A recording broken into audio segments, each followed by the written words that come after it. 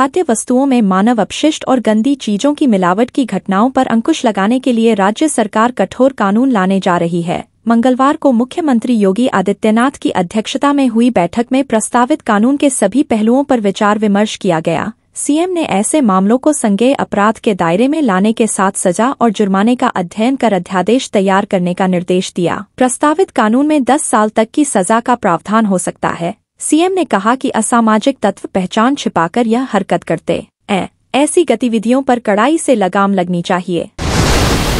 बहराइच में रविवार को सांप्रदायिक हिंसा भड़कने के बाद प्रदेश का माहौल बिगाड़ने की साजिश के अहम सुराग हाथ लगे हैं।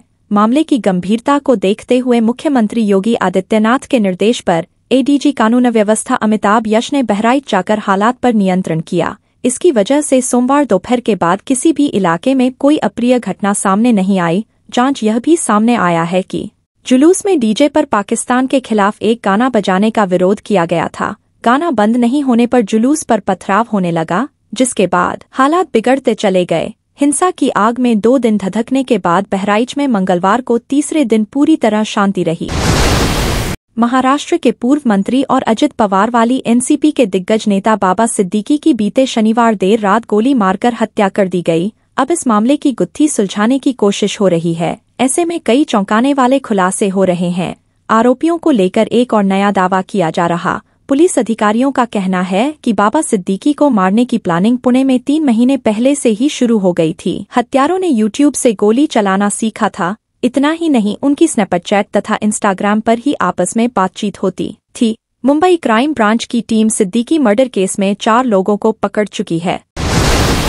तमिलनाडु में चेन्नई समेत अन्य जगहों पर भारी बारिश से जनजीवन पूरी तरह अस्त व्यस्त हो गया। कॉलोनियों से लेकर सड़कों तक घुटनों भर पानी भर गया। सड़क से लेकर ट्रेन और हवाई यातायात व्यवस्था चरमरा गई। कई ट्रेनें और उड़ानें रद्द करनी पड़ी। मौसम विभाग ने अगले 2 दिन राज्य में भारी बारिश की चेतावनी दी है और कहा कि कम दबाव का क्षेत्र अवदाब में बदल गया है और इसके 17 अक्टूबर को सुबह चेन्नई तट से गुजरने की संभावना है। चेन्नई शहर समेत राज्य के विभिन्न हिस्सों में बस सेवा बाधित हुई।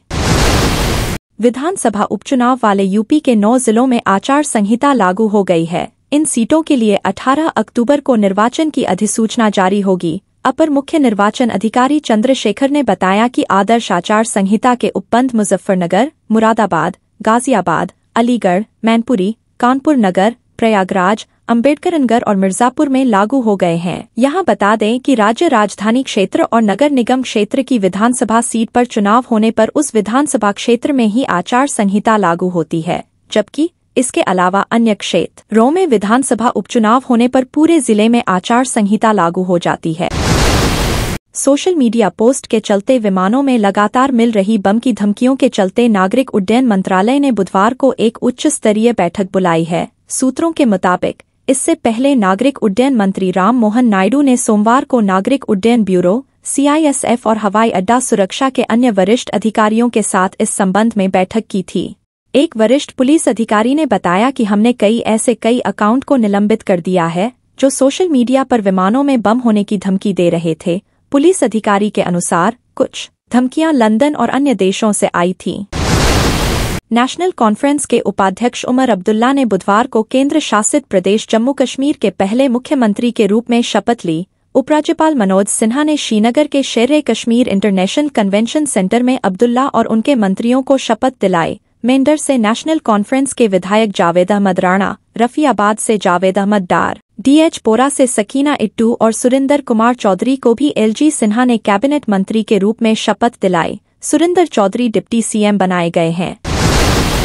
पाकिस्तान के इस्लामाबाद में आयोजित की जा रही शंघाई सहयोग संगठन की बैठक में भारतीय विदेश मंत्री एस जयशंकर ने अपने संबोधन में एक बार फिर पाकिस्तान पर निशाना साधा। पाकिस्तान का नाम लिए बगैर विदेश मंत्री ने कहा कि अगर आतंकी घटनाएं जारी रहेंगी तो फिर व्यापारिक गतिविधियों को भी बढ़ावा नहीं दिया जाएगा। इस तरह जयशंकर ने बिना नाम लिए पाकिस्तान को उसी के घर में लताड़ लगाई। शंघाई सहयोग संगठन के मंच पर दिए अपने संबोधन में भारतीय विदेश मंत्री ने कहा कि हम ऐसे समय मिल रहे हैं जब दुनिया संकटों से गुजर रही है।